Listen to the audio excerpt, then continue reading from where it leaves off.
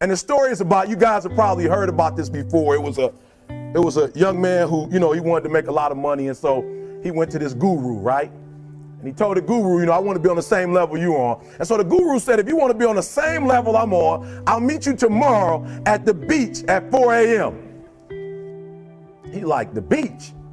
I said, I want to make money. I don't want to swim. Guru said, if you want to make money, I'll meet you tomorrow, 4 a.m.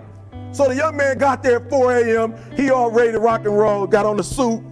He should have wore shorts. The old man grabs his hand and said, how bad do you want to be successful? He said, real bad. He said, walk on out in the water.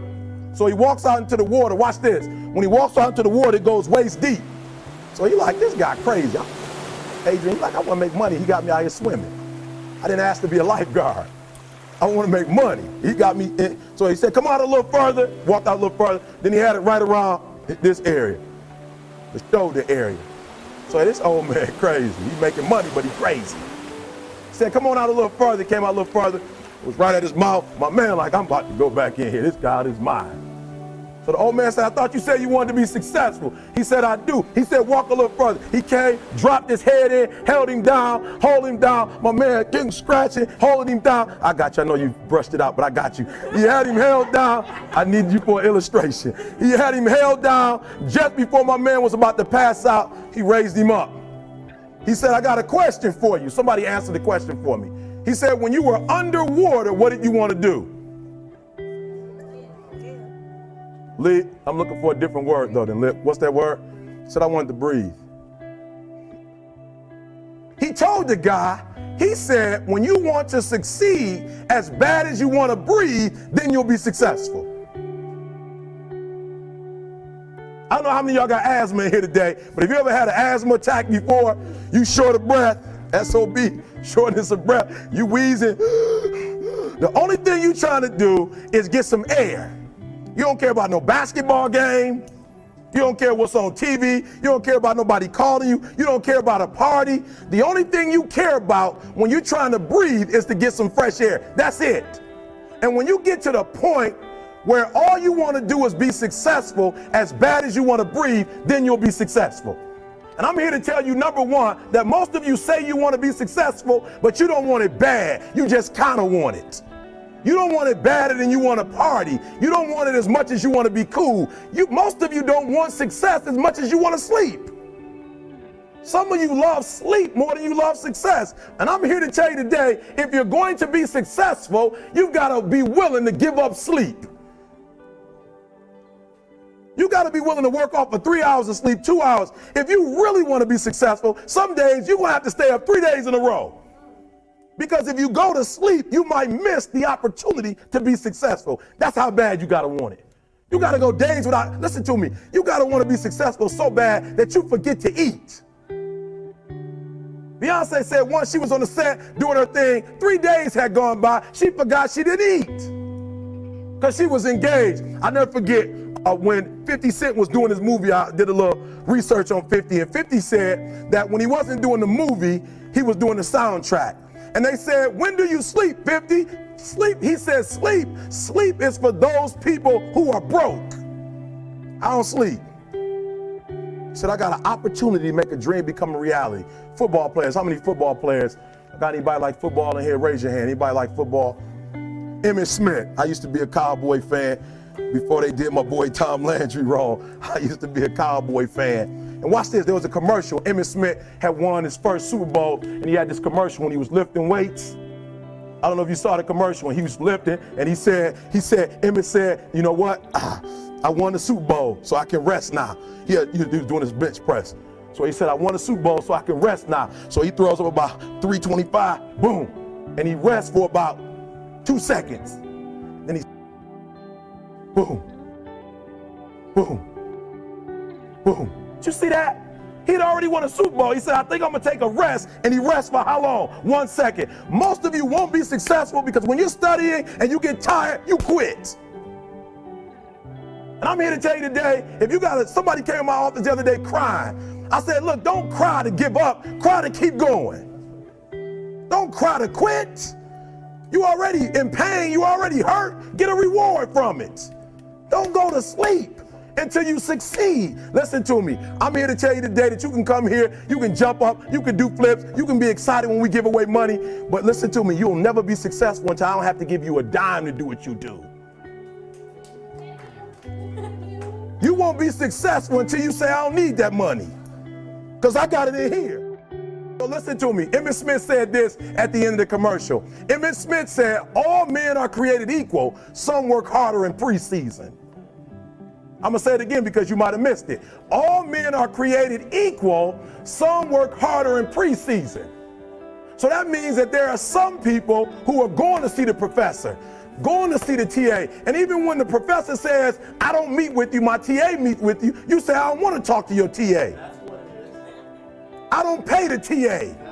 I pay you to teach me. So you're going to have to find some time to meet me. If I got to meet you at the mall, if I got to meet you at your house, you are going to see me. Listen to me. All men are created equal. Some work hard in preseason. When I went to college, guys were way smarter than me. 4.0s, 3.0s. They went to the Ivy League high schools, came to Oakwood from these great high schools. Most of them are not doing what I'm doing. Why? Because it's not about where you come from. It's about heart. You come to a place where, being smart ain't enough. You got to have heart. That's number one. Watch number two. Number two, catch number two. I wrote it down. I wanted to make sure you got it. It says to be, watch this. We're talking about sacrifice now.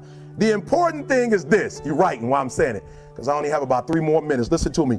The most important thing is this: to be able at any moment to sacrifice what you are for what you will become. That's the number 2 thing. You got to catch that one. To be able to, listen to me, at any moment. Some of you can make sacrifices when Monday Night Football is not on. You can make a sacrifice. But when the game come on, for some reason, you just attached to it. For some of you, when your favorite show come on, you can make sacrifices on Sunday when ain't nothing going on. But when your favorite show comes on Monday, bam, some of you focus until the phone ring, and then you like, I gotta answer it. If I don't answer the phone, I'm gonna die.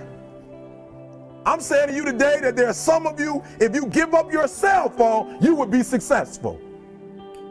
But your cell phone is more important to you than your success. I'm gonna say it again. I'm gonna hurt somebody. Some of you need to give up your cell phone, because the time you spend on your cell phone could be used for your success. The time you could be using to be successful, you're using it on the cell. And the cell phone is not bringing you nothing but a bill. And somebody has told you you couldn't live without it. I'm talking about going deep now, giving up stuff. Watch what it says. To be able at any moment to sacrifice what we are for what we could be. I don't do well in math. You're right. You ain't never studied. I'm not good in writing because you have never written before. But I dare you to fail in writing for a whole year to see if you can get to the end. I dare you to fail. I dare you to take that same class over and over again. I dare you to stop dropping classes like you soft. Always want to give up. I'm dropping. Why are you dropping? I'm so grateful that the slaves didn't drop and quit. Say, I'm just going to stop. I'm a slave. I'm just going to be a slave. I'm going to quit. Listen to me. The slaves said, we will live because one day we will become. We won't always be slaves. So today, although we're slaves, we're going to act like we're free, and one day our children will be free. If the slaves would have just said, we quit, we give up, we would have died in the Middle Passage. But some slaves said, I don't care what we go through, we're going to survive this. 400 years of slavery, we're going to get through this. And you can't get through it 1825. You can't get through a writing class, and you got tutor after tutor, resource after resource. The problem is you ain't never felt no pain before. You're soft. It's a soft generation. You quit on everything. Our people did not quit. Harriet Tubman not only made it, she went back and got some more.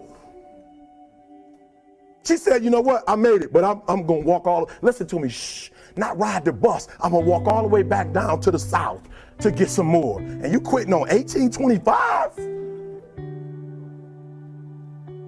Now watch this. You quit after listen to me, you get a sleeping bag and you wait for them. You wait for the first WRA instructor to come in, and you come out your sleeping bag, I need help. You quit after you do that. You quit after you had, listen to me, a WRA party,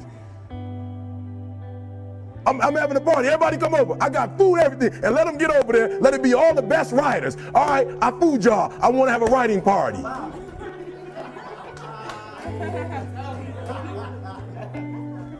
I'm serious. You quitting and you ain't even tried yet. Last one, I'm sorry. Last one. Listen to me. Pain is temporary. It may last for a minute or an hour or a day or even a year. But eventually it will subside and something else will take its place. If I quit, however, it will last forever. Listen to me, I'm telling you as I leave. I was homeless for 2.5 years. And the problem with most of you never felt no pain before. Y'all spoiled. Y'all spoiled. Some of y'all spoiled. Just bottom line. Your parents have done everything for you. You never had to do nothing for yourself. You're spoiled. We're going to keep it real tonight. Some of you are spoiled brats. Every time you ever got in trouble, somebody in your house got you out of it. Every time you've done something you're not supposed to do, people say, Eric, your mother's a tyrant. You're right. She kicked me out. You're right. She's mean, but she developed a man because she put me out there and said, you're going to have to grow up. And some of you have never learned to grow up. And so every time something get hard, you quit, you call mama. I dare you to take a little pain. I dare you. I dare you not to go home. Somebody said, I don't go home, I feel bad. Go through it. You ain't gonna die. At the end of pain is success. You're not gonna die because you're feeling a little pain. I'm not eating like I eat at home. That's why you're about to go to the next level, because if you keep eating like you ate at home, you will keep being a boy or a girl. It's time to become man, woman.